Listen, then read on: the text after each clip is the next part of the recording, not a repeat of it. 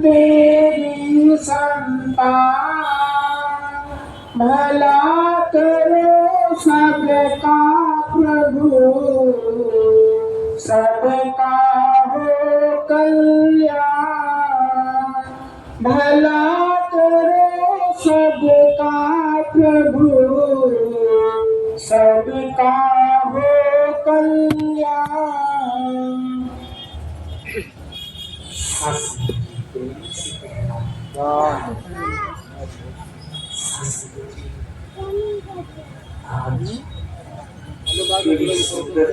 रूप ब्रह्म ज्ञानियों का और ऐसे श्रद्धावान सज्जनों का जो ये सुनकर आए हैं कि यहाँ पर जो गुणगान होता है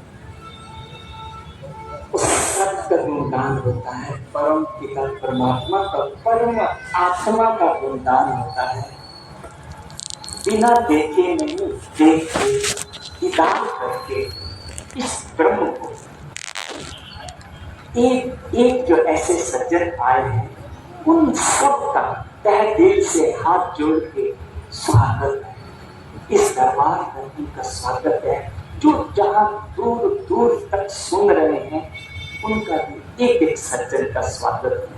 क्योंकि साथ ये मनुष्य जन्म मिला ही प्रभु के मिलन के। आज पूरी दुनिया में क्रिसमस का त्योहार मनाया जा रहा है, जो कि ईसा मसीह जी के आज ये त्योहार शुरू हुआ।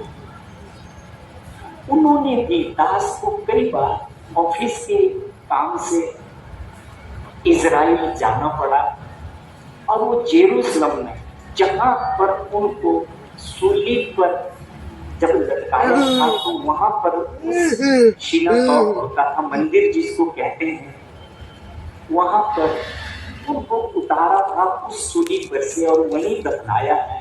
दास वहां कई बार गया और उस लकड़ को भी, उस सूली को भी देखा है, छुआ है। उसमें अभी बड़ी बड़ी कीलें 2000 साल पहले की अभी भी वैसे ही लगी। तो उन्होंने ऐसा क्या कर दिया था जो उस समय उनको सूली पे लटका दिया और आज पूरा संसार त्योहार मना। उन्होंने एक ही संदेश दिया, वो भी संदेश तब दिया जब उन्हें ये ब्रह्म की प्राप्ति हुई। उनको 30 साल की उम्र में मिस्टर जोहन से, जो उस समय के ब्रह्म को जानने वाले ब्रह्म ज्ञानी संत, रब को जानने वाले, क्योंकि सत्संग जी ये जो रब शब्द है, जो हिब्रू शब्द है, इस्राएली हिब्रू लैंग्वेज में हिब्रू की भाषा के हैं। दास ने उनके एक ग्रंथ को, उनका ग्रंथ है, उसको मोटे मोटे अंश पढ़े हैं। उसमें भी रब ही है, झन्नू में। तो रब को जानने के बाद ईसा मसीह जी ने जब ये प्रचार प्रसार किया कि ये परमात्मा की नो thyself, कि ऐ इंसान तू अपने को जान, तू अपने को जान गया तो रब को जान गया, तू रब को जान गया तो अपने को जान गया, क्योंकि तू है ही रब की संतान है। Know thyself, not the door shall be open.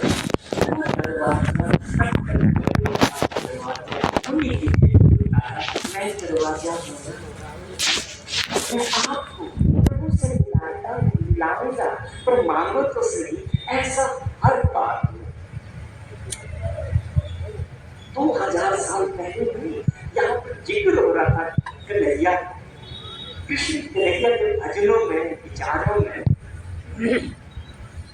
Uttar Pradesh की धरती तो अवतारों की धरती हुई है, गुरु की पैगंबरों की धरती है।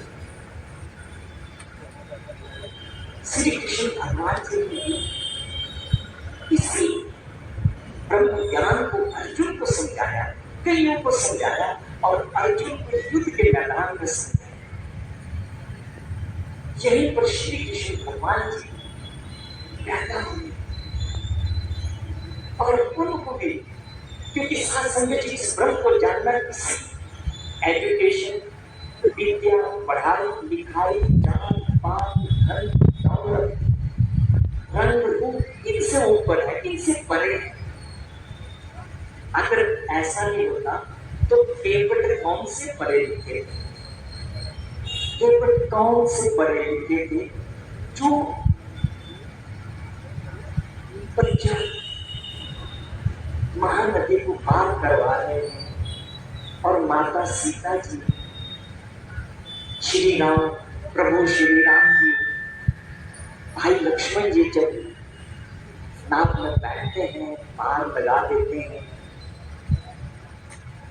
तो प्रभु श्री राम जी लक्ष्मण जी को इशारा करते हैं कि इनको इनकी मजबूरी जो की इन्होंने, इसकी कुछ देर।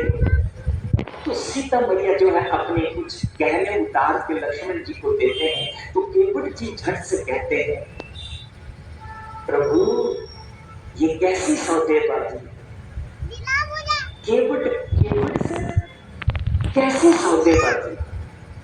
तो भाई लक्ष्मण जी बड़े नाराज होकर उनसे कहते हैं कि आप किससे बात कर रहे हैं, आप जानते नहीं हैं ये कौन है। बोला भैया लक्ष्मण मैं जानता हूं। तो आपने जो कहा, आपने फिर ऐसे कैसे कहा। तो केवट जी आगे से उत्तर देते हैं, भाई लक्ष्मण मैं तो केवल इस महानदी का इस किनारे से उस किनारे, उस किनारे से इस किनारे पहुंचाने वाले, और ये तो केवल सागर संसार से पार लगाने वाले, जन्म जन्म से मुक्त करने वाले केवल हैं ये। उस ब्रह्म की, उस सत्य की जानकारी का जिक्र एक संत ने किया। इस जानकारी को, इस सत्य को युगों युगों से अवतारों ने, तीन पैगंबरों ने और वक्त के पूर्ण सदगुरु ने दिया। आज वक्त के पूर्ण सदगुरु माता सुदीक्षा जी महाराज इस ब्रह्म ज्ञान को जन जन तक पहुंचाने के लिए शहर शहर, गांव गांव, शहर शहर, देश विदेश जा, क्योंकि जिस तरह विचार संतों के आ रहे थे, सतगुरु रामदास जी केवल सबके लिए, और ब्रह्म ज्ञानी तो इसके अनमोल धन है। सतगुरु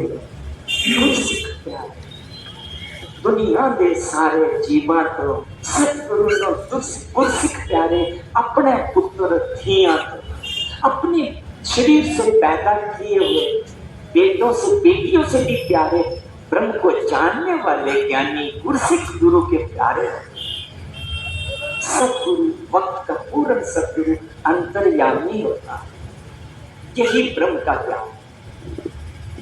संपूर्ण हरदेव वाणी में शब्द आता है 51 नंबर, ये सोने का वक्त नहीं है, उठ बंदे तो जाग जरा, जन्म जन्म से बिछड़ा जिससे उसके संग तू लाग जा। अपने समय के पूर्ण सदगुरु बाबा हरदेव सिंह महाराज जी चेतन कर फरमाया है कि आप बंदे, ये जो तुझे जन्म मिला है ये सोने के लिए नहीं, तू जाग जरा। अगर विचार करें,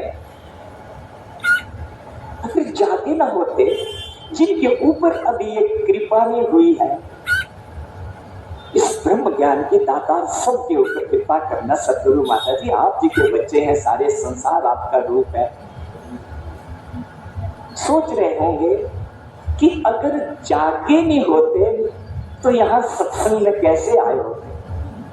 जागना, शरीर के जागने की बात नहीं हो रही है, जब जब भी ये पूर्ण सतगुरु के रूप में आए, ये निराकार का साकार रूप, तो मन से जागने की बात हो रही है। कबीरा सुता क्या करे, उठ बैठ अरो जाग, जाते संग बिछड़े ताके संग लाग। सोच रहे फरीदा उठ। एक एक संत ने यही आवाज दी कि तू जाग जा, जागृत अवस्था में आ जा। ये अवस्था मन की है, शरीर की नहीं है। बाबा हरदीप सिंह जी महाराज अपने वक्त के पूर्ण सदगुरु फरमाते कि सोए हुए के तो हिला के जगा सकते हैं, पर जो आंखें खोल के सो रहा है, मन रूप से सो रहा है, उसको तो केवल जानकार ही जगा सकते हैं। उस जागने की बात फिर की जा रही है कि ये सोने का वक्त नहीं है। ये जो मनुष्य तन मिला है, ये परमात्मा के मिलन के लिए मिला है, ये प्रभु के मिलन के लिए मिला है। और हर धर्म ग्रंथ में इस एक का ही जिक्र है और मिलने का तरीका भी एक ही है। हम पवित्र भगवत गीता को देखें तो बड़ा स्पष्ट चौथे अध्याय का 34वां श्लोक, क्योंकि श्री कृष्ण भगवान जी ने भी, अब ये भी प्रश्न आता है कि श्री कृष्ण भगवान जी का अर्जुन जी बहनोई जीजा श्री है, उनको ये ब्रह्म का ज्ञान, ये ब्रह्म की जानकारी महलों में क्यों नहीं दी, घर में क्यों नहीं दी, अपने महलों में बुला के क्यों दी थी? कहीं बाग बगीचे में बैठे होते, गोपियां पखा जला रहे होते, फलों का रस पी रहे होते और इस ज्ञान का भी उपदेश हो रहा होता, क्यों नहीं हुआ? दास को ये भेद 40 साल की उम्र में खुला। जब ये ब्रह्म की प्राप्ति हुई, आप संतों की कृपा से सतगुरु की शरण में आए, तब गीता का दूसरे अध्याय का 7वां श्लोक तब समझ में आया, जब अर्जुन जी कहते हैं कार्पण्य दोषा उपहत स्वभावा पृच्छामि तमं धर्म सुमूलचित्तः यत् श्रेयस्याति निश्चितं ब्रूहि तत्मे शिष्यते अहं साथी मम तमं प्रपन्नम्। केशव, मैं कायरता पूर्ण दोष से पूरी तरह ग्रस्त हो चुका हूँ और धर्म के मार्ग पर मेरी बुद्धि भ्रमित हो चुकी है, मुझे कुछ पता नहीं चल रहा है। मैं कायर हो चुका हूँ, भविष्य आने की मेरी हिम्मत नहीं है। कायरता पूर्ण दोष में अब हट हो चुका। मेरे लिए वो उपाय करिए जो कल्याण, क्योंकि मैं आपका शिष्य हूँ और आपकी शरण आया हूँ। अब अर्जुन शरण में आते हैं, श्री कृष्ण भगवान जी उपदेश करते हैं, क्योंकि पहले ही शरण में आ जाते तो उसी समय ज्ञान का, ब्रह्म ज्ञान का उपदेश हो जाता। सत्संग जी ये युगों युगों से आज भी जो गुरु की शरण में आता है वो अपने को जान कि क्यों जानना जरूरी।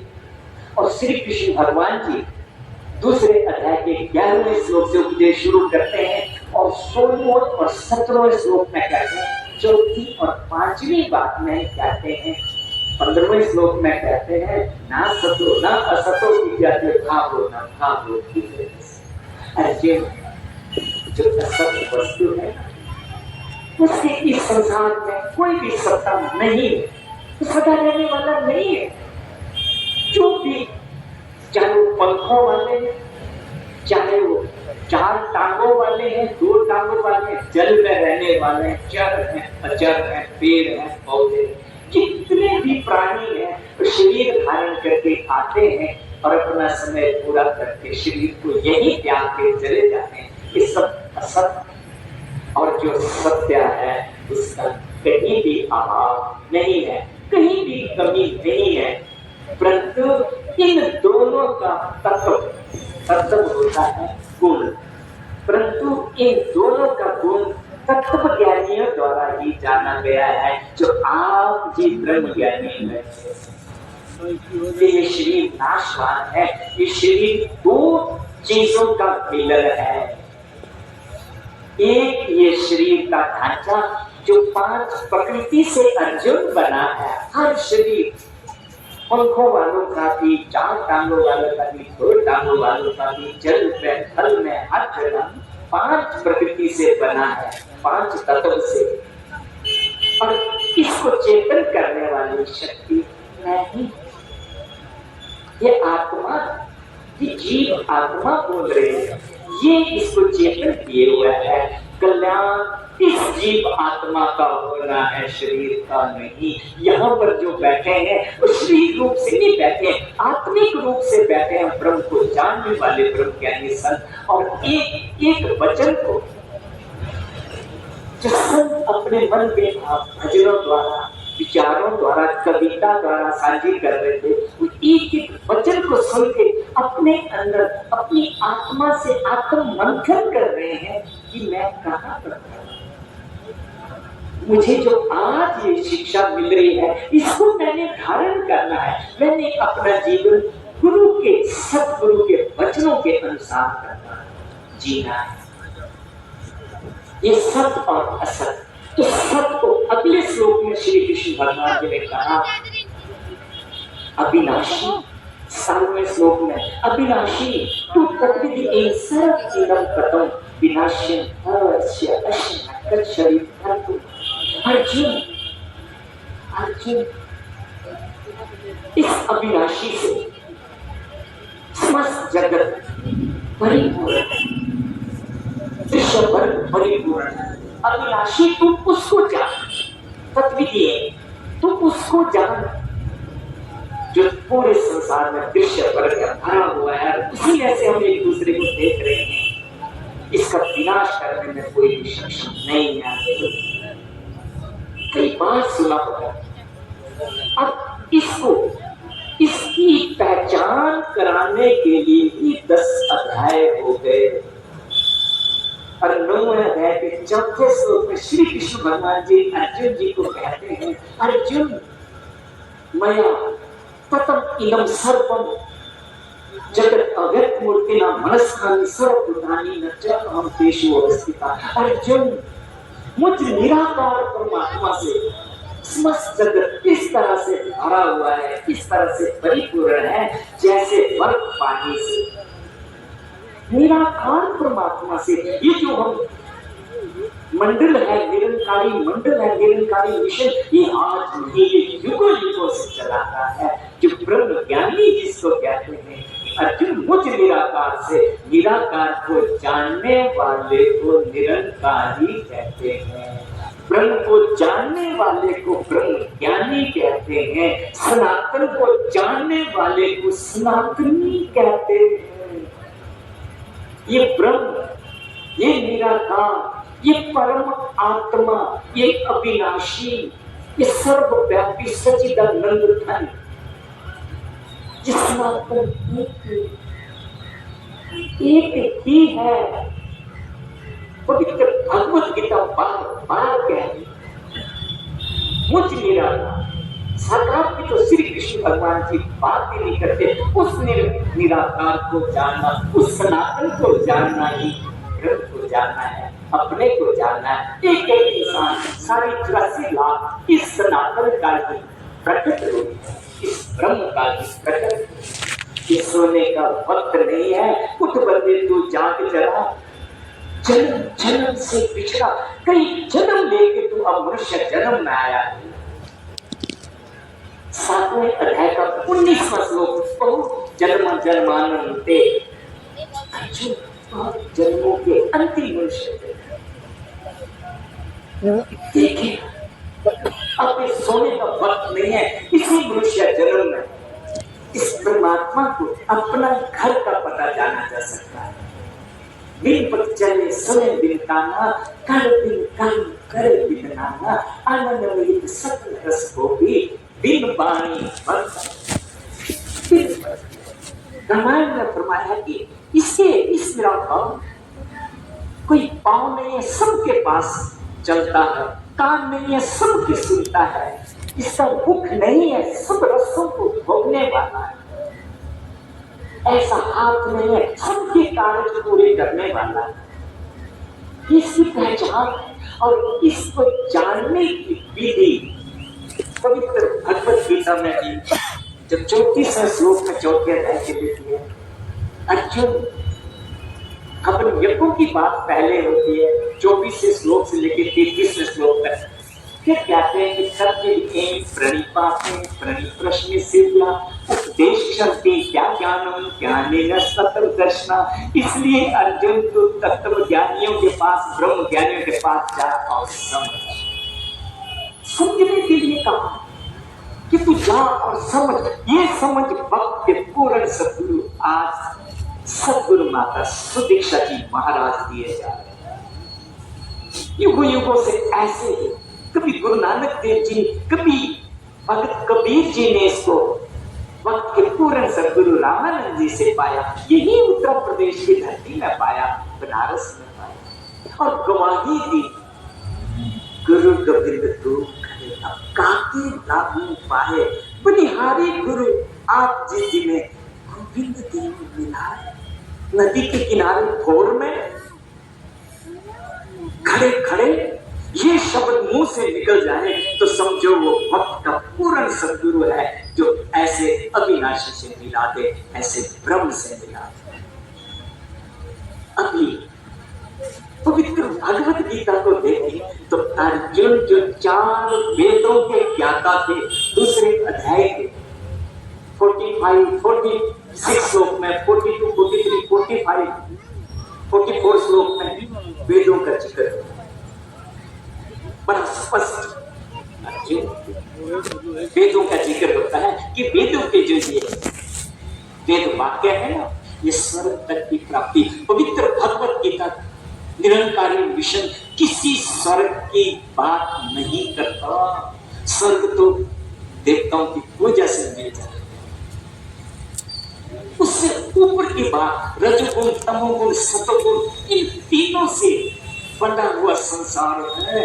इन तीनों से ऊपर जो ब्रह्म ज्ञानी का डेरा, इन तीनों से ऊपर, इन तीनों से ऊपर निरंकार, इन तीनों से ऊपर अर्जुन ये रजोगुण, तमोगुण, सतोगुण से ऊपर जो मुझ अविनाशी को जान लेता है वो मुझे ही प्राप्त।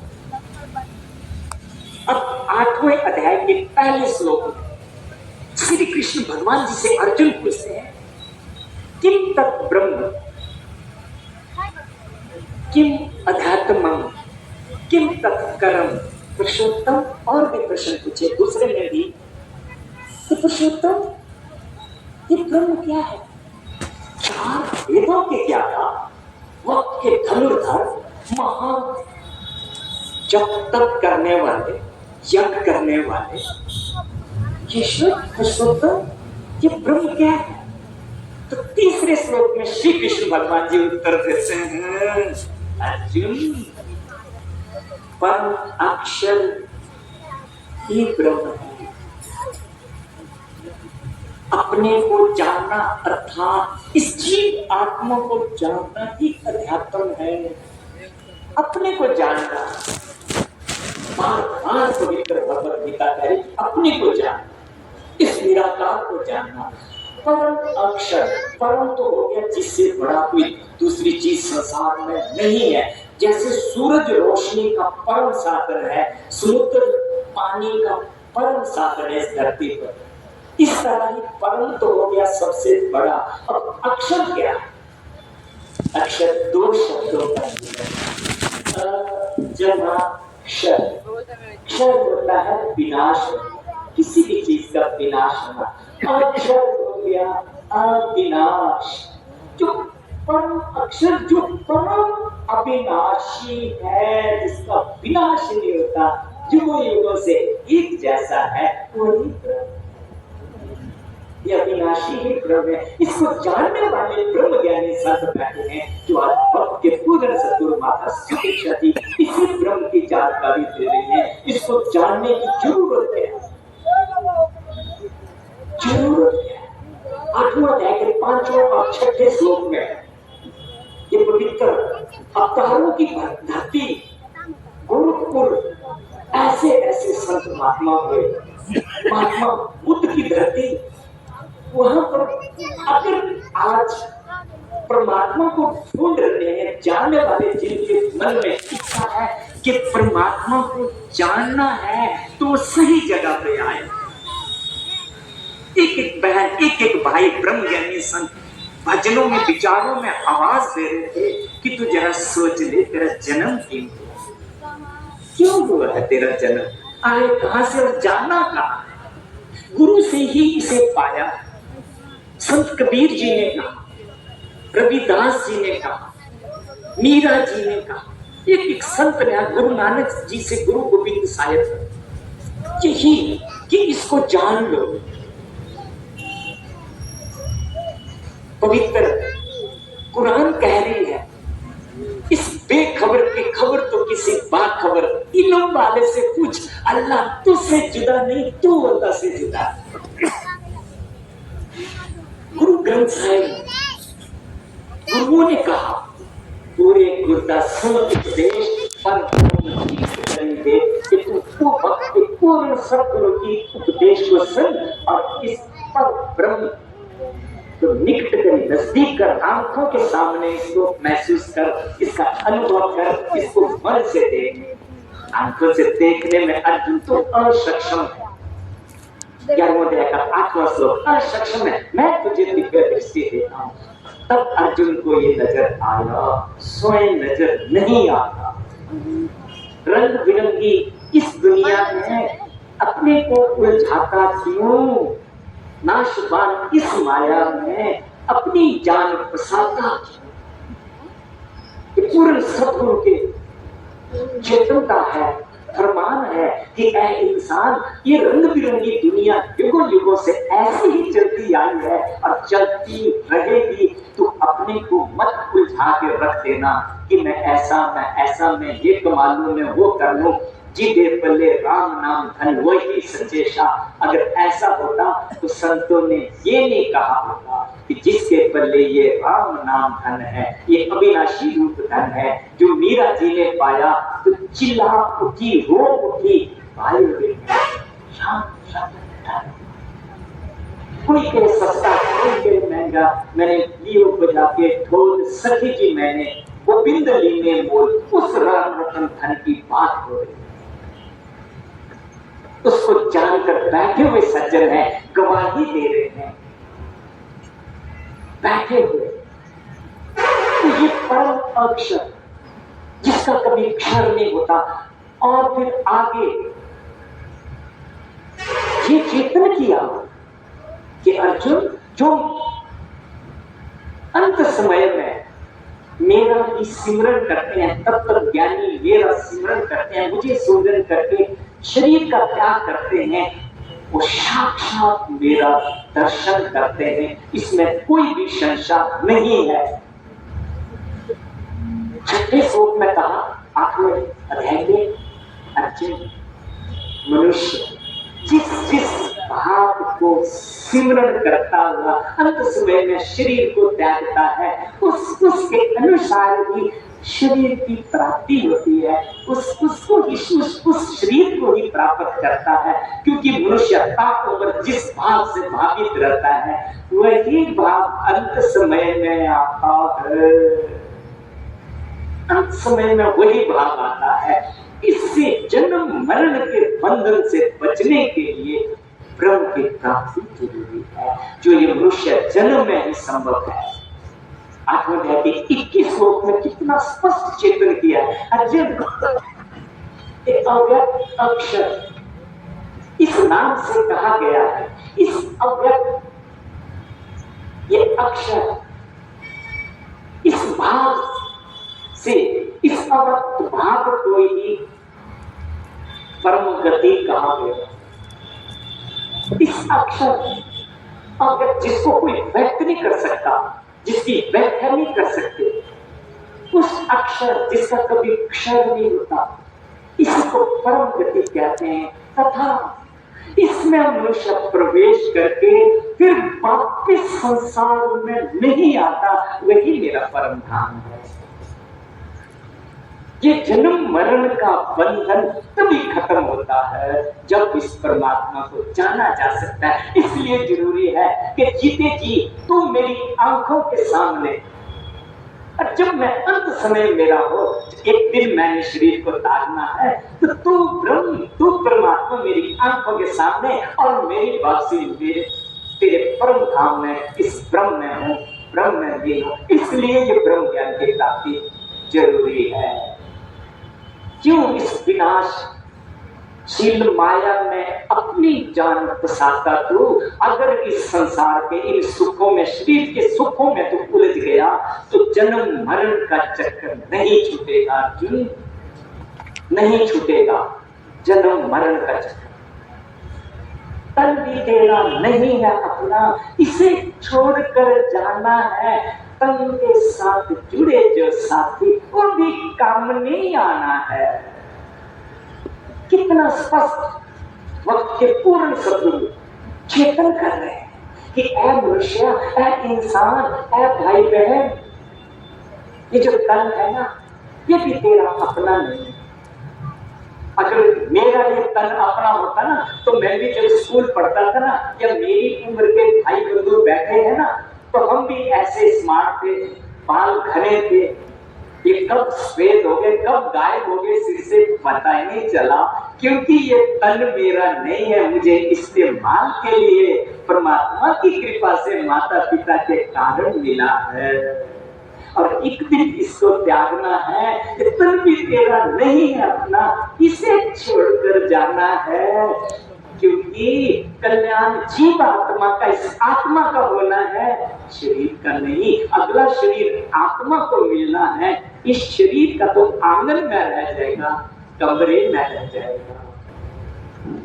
सोच जरा बंदे, इस सोने का वक्त नहीं है। उठ बंदे, तू जाग जरा, जिसके संग तू बिछड़ेगा कई जन्म भोगन के, कई जन्म भयो की पतंगा, कई जन्म गजबीन कुरंगा, कई जन्म हैबर वृक्ष जोयो, कई जन्म सांपों की सर्प हो। गुरु नानक देव जी ने चिंतन किया कि ऐस मनुष्य तू कई जन्म उड़ने वाला बना, कई जन्म त्यागने वाला बना, कई जन्म सांप, बिच्छू, कछुआ, पेड़ पौधा, कई कुछ बना। अब तू जाग जा, जाग जा, अपने को बचा। उस बचाने की बात हो रही है। निरंकारी मिशन किसी चमत्कार की बात नहीं करता। निरंकारी मिशन, ब्रह्म ज्ञानी मिशन साक्षात की बात करता।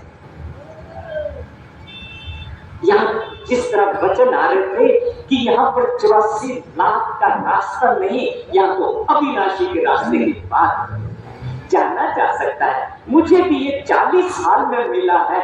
मैं इसलिए हाथ जोड़ के सबके आगे प्रार्थना करता हूँ कि आप भी पा सकते हैं, और हर कोई ग्रस्त है। इसी का जिक्र है, इसी का जिक्र है, इसी का जिक्र है। दुनिया एक सफर है बंदे, आंखें जिसको देख रही हैं वो नजारे झूठे हैं। जिन पर तुझको नाज है अपन इतना, वो सहारे झूठे हैं कि बंदे जब अंत समय होगा ना शरीर को त्यागने का, आंखें नजारे देख रही हैं। हमें मान होता है अपने बच्चों पे, भाइयों पे, बहनों पे, परिवार पे। मेरे बच्चा ऐसा, मेरा बच्चा तो इतनी तनख्वाह लेने वाला, इतना मुबारक। खुशी भी होनी चाहिए, नाज भी होना चाहिए, मुबारक है। पर ये तन का सहारा है। अंत समय में जब तन को त्यागना है तो कोई भी धन दौलत भी, पुत्र बेटी बहू, कोई भी तेरा साथ नहीं देगी बंदे, कोई भी नहीं देगी। सारे सारे छूट जाएंगे, और तेरी जो अपनी कमाई होगी, अगर तू इस रब को जानता है, इस ब्रह्म को जानता है, इस अविनाशी को जानता है, तो वही तेरा साथ देगा। जिसके लिए आज यह आवाज दी जा रही, जो वक्त के पूर्ण सद्गुरु माता सुदीक्षा जी महाराज चेतन है। दुनिया एक सफर है बंदे, तेरा कहां ठिकाना। दुनिया एक सफर है बंदे, तेरा कहाँ ठिकाना है, कहे हर देव कहाँ से तू आया बंदे, और जरा सोच के देख कहाँ तुझको जाना है। ये सवाल ये हम अपने से करें, और जिन्होंने किया उनको ब्रह्म की प्राप्ति हो गए, बैठे हैं यहाँ पर झूम रहे थे, भजनों का विचारों का आनंद ले रहे थे, आनंद की अवस्था में बैठे होते हैं ब्रह्म ज्ञानी, शरीर की रूप में नहीं बैठे, आनंद की अवस्था में कि तू मेरे आंखों के सामने रब है, मेरे अंग संग बसता, इसके अंदर बसा मैं, इसके अंदर खावा पीवा, इसके अंदर रोआ बसा। ऐसे ब्रह्म ज्ञानी संत ये आवाज दी जा रही है, और सतगुरु अंतर्यामी होते हैं। अभी सतगुरु माता जी अप्रैल में अरब देशों के टूर पर थी, ये जो ईरान, इराक, बहरीन, दुबई, इन मुल्कों के टूर पर थी, कुवैत, तो हमारे यहीं के यूपी के नौजवान महात्मा संदीप चौधरी जी ब्रह्म ज्ञान प्रचारक इंजीनियर हैं बैंगलोर में, उनको भी आदेश हुआ जाने का अप्रैल में, इसी अप्रैल में वहां जाते हैं। तो उन्होंने बताया कि जब वहां से 8-9 दिन का टूर हो गया तो इंग्लैंड जाना था, तो एयरपोर्ट पे बैठे और वहां पर पासपोर्ट पे क्लियरेंस कराना पड़ता है, तो राजपिता जी और सतगुरु माता जी बैठे हैं सामने, मैं क्लियरेंस करा रहा हूँ कि माता जी 15 मिनट 20 मिनट लगते थे। तो माता जी ने बोला करा दो करा दो, हम तीनों पासपोर्ट लेके बोला तो दिए उनको, तो उन्होंने मेरे को भेज दिया क्लर्क ने, जाओ 3rd फ्लोर पे, वहां तो सारी बातें इंग्लिश में ही होती है, कि 3rd फ्लोर पे जाके करा के आओ ये चीज। तो बोला संदीप जी बोले कि मैंने सतगुरु माता जी को इशारा किया, माता जी वहां भेज रहे हैं, तो माता जी सतगुरु माता जी बोले हंस के हाँ जाओ जाओ बहुत टाइम है हमारे पास, जा पिया। वहां गए और वहां उन्होंने 10-15 मिनट ले लिए, ऐसा होता नहीं है, और फिर नीचे आया तो दोबारा उसने देखे पासपोर्ट, बोला अभी फलाने रूम में जाओ, वहां से ये क्लियर करा के लाओ।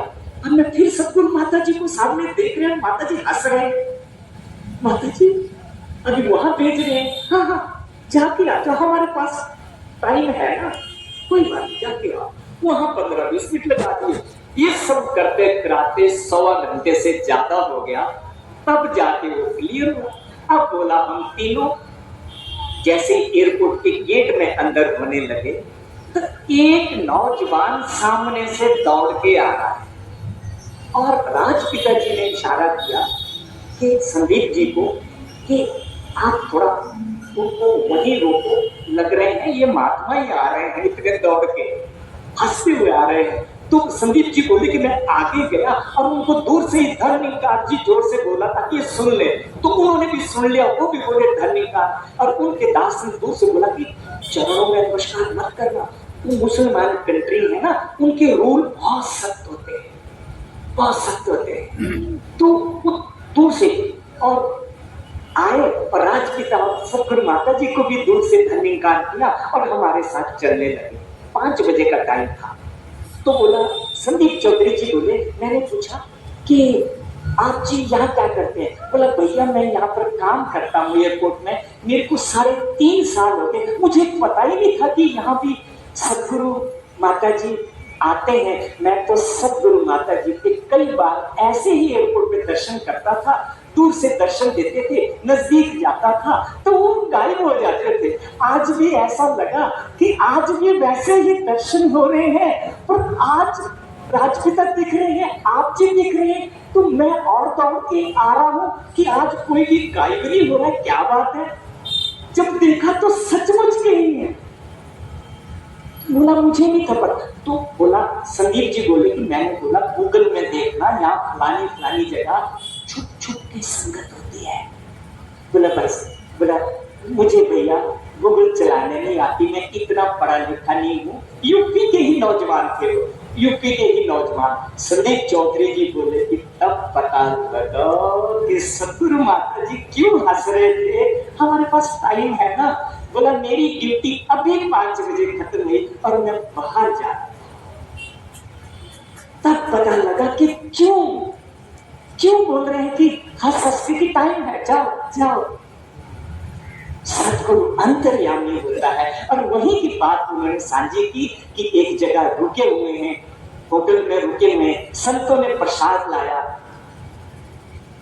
बाहर टेबल पे लगा दिया हमारे कमरे के बाहर। तो बोला दास निकला, संदीप जी निकले और देखने लगे, तब तक राजपिता जी भी आ गए, शाम का खाना।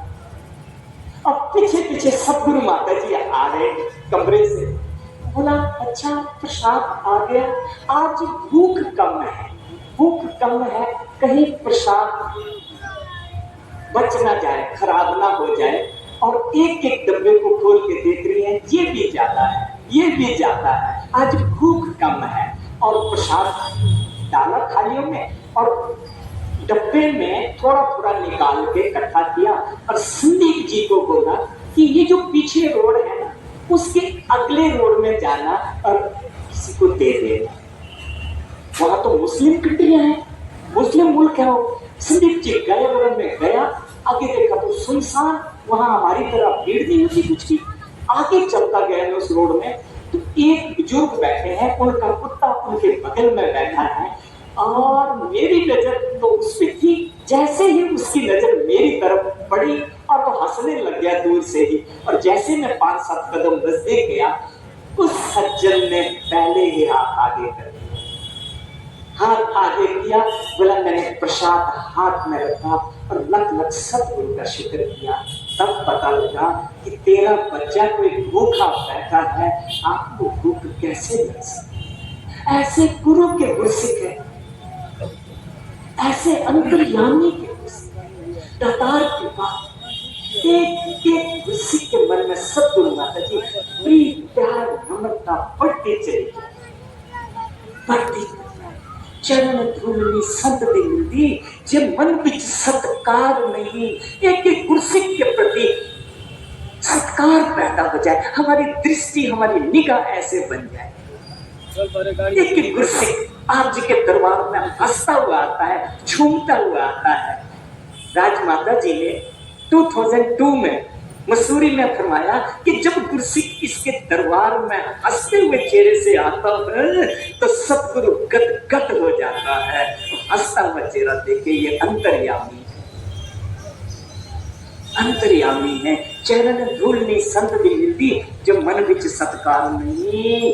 ज्ञान कदे मन विच टिकदा, जे मन सतगुरु ते इतबार नहीं। एक एक हमें दृढ़ता, सतगुरु माता जी विश्वास दृढ़ से दृढ़ होता चला जाए। आप भी अंतर्यामी, आप पूर्ण। अभी माता जी पिछले महीने ही अप्रैल में 2 अप्रैल को ऑस्ट्रेलिया के टूर पर थे, कल्याण यात्रा पर थे। संदीप चौधरी जी साथ थे। 2 को समागम होता है रात को, सवेरे एक महापुरुषों के घर में प्रसाद होता है। तो बोला हम गए, राजपिता जी और सदगुरु माता जी विराजमान है सोफे पे संतों के घर में, वहां भीड़ नहीं होती, अलग रूल है ना। और बोला दास सोफे के बगल में खड़ा है संदीप जी। बाहर मेन गेट से एक बुजुर्ग अफ्रीका को हबसी बुजुर्ग ऐसे ऐसे देख रहे हैं। 2-3 बार देखा और सदगुरु माता जी की नजर पड़ी तो बोला, संदीप जी को इशारा किया, इनको बुला। बोला मैं बाहर गया और उनको अंदर ले आया। उन्होंने सदगुरु माता जी से इंग्लिश में ही बातें हुई। जब वो बाहर जाने लगे तो संदीप जी बोले कि मैं भी साथ गया। और जब वो गेट पर गए तो मैंने बोला कि आप बहुत लकी हैं जो आज आप वक्त के पूर्ण सदगुरु से बातें करने का, दर्शन करने का मौका मिला। वो अपनी घर की तरफ जा रहे थे, 2 कदम चल के फिर मुड़ते हैं और बोलते हैं, आए और उनके पास एक छोटा सा पर्स था जैसे मोबाइल का होता है, उसकी चेन खोली, उसमें से 2 फूल निकाले और हाथ में लिए और कहने लगे कि क्या मैं इन फूलों को इन होली मास्टर के चरणों में रख सकता हूँ। पहले बताया कि मैं रोज सैर के लिए जाता हूँ, 2 फूल तोड़ के लाता हूँ, मेरे घर में गॉड की फोटो है, परमात्मा की फोटो है, मैं उसको डेली 2 फूल अर्पित करता हूँ। क्या मैं ये फूल आज इनके चरणों में रख सकता हूँ? संदीप जी ने बोला यस यू कैन, आप रख सकते हैं। वो बुजुर्ग आते हैं, अफ्रीकन ऑक्सीजन को हम बोलते हैं, और सदगुरु माता जी के चरणों में वो दोनों फूलों को रख के और प्रणाम करके फिर आगे ऐसे इससे पता नहीं किसका कल्याण किस रूप में करना होता है। तो ये आवाज दी जा रही है कि इस सोने का समय नहीं है, सोता शरीर है। कहीं मन भी सो गया तो जन्म बर्बाद हो गया, जन्म अंधकार में चला गया। ये आवाज दी जा रही है कि आओ सजनों, रब दे दर्शन, इस ब्रह्म को जान लो जो हमारे पवित्र ग्रंथों में है, जो आज वक्त के पूर्ण सतगुरु माता सुदीक्षा जी महाराज कराए जाए सत्संग चिंतन। सत्संग जी बड़े प्यार से कहना, धन्यवाद जी।